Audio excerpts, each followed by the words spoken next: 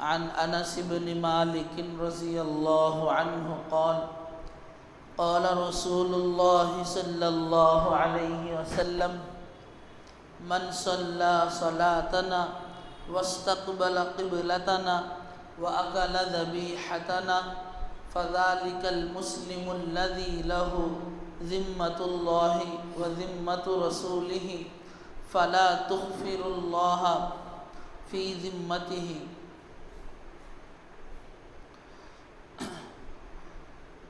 حضرت انس بن مالک رضی اللہ عنہ سے روایت ہے، رسول اللہ صلی اللہ علیہ وسلم نے فرمایا، جو کوئی ہماری سی نماز پڑھے اور ہمارے قبلے کی طرف رخ کرے اور ہمارا ذبیحہ کھائے، پس یہ وہ مسلم ہے جس کے لیے اللہ کی امان ہے اور اللہ کے رسول کی امان ہے، سو تم اللہ کے عہد نہ توڑو اس کی امان کے بارے میں۔ اس حدیث کا مقصد سمجھنے کے لیے یہ حقیقت پیش نظر رکھ لینی چاہیے کہ حضور صلی اللہ علیہ وسلم کے عہد مسعود میں جب دعوت اسلام طاقت اور قوت کے ساتھ بڑی تیزی سے بڑھتی جا رہی تھی تو بکثرت ایسے واقعات پیش آتے تھے کہ بعض لوگ اسلام قبول کر لیتے تھے، لیکن خاص حالات میں ان کے متعلق اس شبہ کی گنجائش رہتی تھی کہ شاید انہوں نے حقیقی طور پر اور دل سے اسلام کو اختیار نہیں کیا ہے، پس رسول اللہ صلی اللہ علیہ وسلم کے اس ارشاد کا خاص تعلق ایسے ہی لوگوں سے ہے، اور آپ کا مقصد صحابہ اکرام کو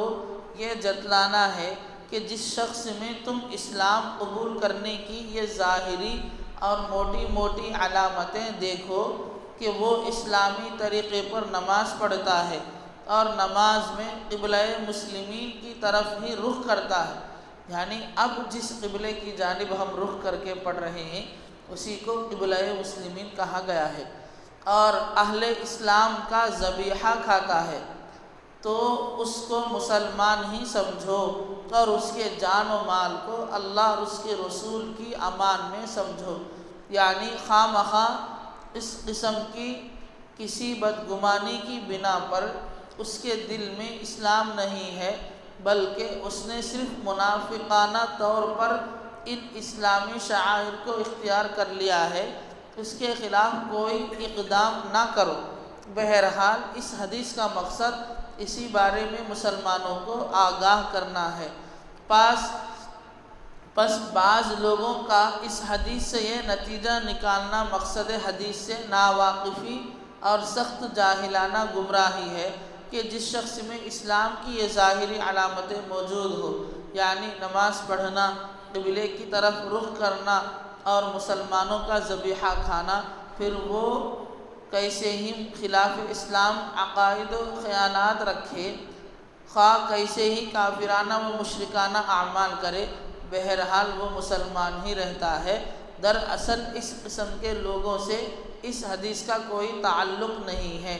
اور ایسے لوگوں کو مسلمان قرار دینے کا مطلب تو یہ ہوگا کہ اسلام صرف ان ظاہری اعمال اور علامات ہی کا نام ہے اور ایمان و اعتقاد کی اس میں کوئی اہمیت ہی نہیں ہے،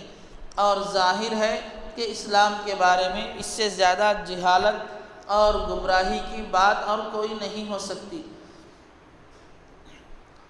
کتاب الایمان کے عنوان سے باب شروع ہوا تھا، اس کے اندر جو ہے حضرت انس بن مالک رضی اللہ عنہ کی روایت پڑھی گئی۔ اس حدیث کے اندر اللہ کے رسول صلی اللہ علیہ وسلم نے ایمان اور اسلام کی چند ظاہری نشانیوں کو بتلایا ہے۔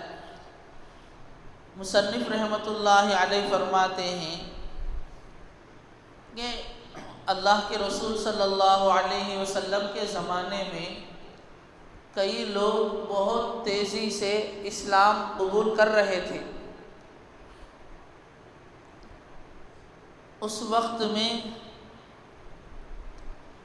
اللہ کے رسول صلی اللہ علیہ وسلم نے صحابہ کے سامنے یہ بات ارشاد فرمائی کہ لوگ بڑی تیزی سے اسلام قبول کر رہے ہیں۔ اب بعض لوگ اس میں ایسے بھی ہوں گے جو محض ڈر کی وجہ سے اسلام قبول کر لیے ہوں، لیکن ان لوگوں میں یہ چند ظاہری علامتیں دیکھ لیں تو سمجھ لینا کہ یہ حقیقت میں اسلام قبول کر لیے ہیں۔ تو وہ چند ظاہری علامات کیا ہے؟ فرمایا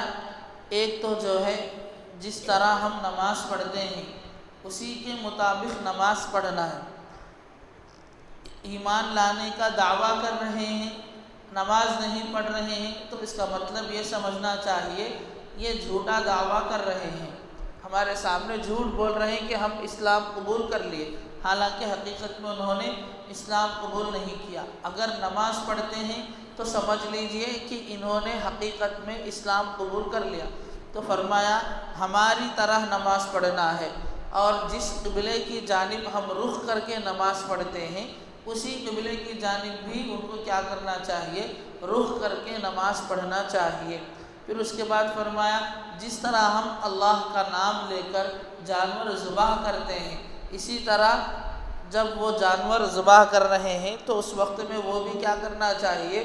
اللہ کا نام لے کر کے ذبح کرنا چاہیے۔ یہ سب باتیں جو ہے یہ قرآن سے ثابت ہیں۔ نماز کس کی طرف متوجہ ہو کر پڑھنا ہے، قبلے کا ثبوت ہے قرآن مجید کے اندر، اور جانور کے بارے میں بھی اللہ کے نام سے ذبح کرنا ہے، یہ بھی قرآن مجید کے اندر ہے۔ تو فرمایا یہ چند ظاہری علامتیں ہیں جو آدمی اس وقت میں اپنے آپ کو مسلمان کہہ رہا تھا، جتنے لوگ اسلام قبول کر رہے تھے اس وقت میں اللہ کے رسول نے صحابہ کو فرمایا کہ ان لوگوں کے اندر یہ ظاہری نشانیاں اگر تم دیکھ لیے تو تم سمجھ لو کہ یہ حقیقت میں اسلام قبول کر لیے ہیں۔ ایسا مت سمجھو کہ یہ لوگ جھوٹ کہہ رہے ہیں سمجھ کر جو ہے پھر ان کے ساتھ یہ سختی کا معاملہ مت کرنا۔ نشانیاں دیکھ لیے تو یقین اطمینان ہو جاؤ کہ یہ لوگ مسلمان ہو گئے، اور ان کی جان اور ان کی مال کی بھی ایک دوسرے کی ذمہ حفاظت ضروری ہے۔ ایک دوسرے ذمہ حفاظت کا مطلب شرعی اعتبار سے ہر مسلمان کا بھائی ہے۔ ایک حدیث میں اللہ کے رسول نے فرمایا، اس کے حساب سے جو ہے، اور ایک جگہ اللہ کے رسول نے فرمایا کہ مسلمان وہ ہے جس کے عمل سے دوسرے آدمی کو تکلیف نہ ہو۔ یہاں پر حدیث لکھی بھی گئی ہے، ایک مسلمان کے زبان اور ہاتھ ان دونوں اعضاؤں سے دوسرے مسلمان کو تکلیف نہ ہو، اور اس مسلمان کی وجہ سے ان لوگوں کو اپنی جان کا اور اپنے مال کا خطرہ نہ ہو۔ تو ایسا ہونا چاہیے کہ ایک دوسرے کے ساتھ اللہ کے رسول صلی اللہ علیہ وسلم کی تربیت کے مطابق محبت کے ساتھ، ہمدردی کے ساتھ پیش آنا چاہیے، یہ طریقہ ہونا چاہیے۔ اگر اسی کو سامنے رکھتے ہوئے فرمایا کہ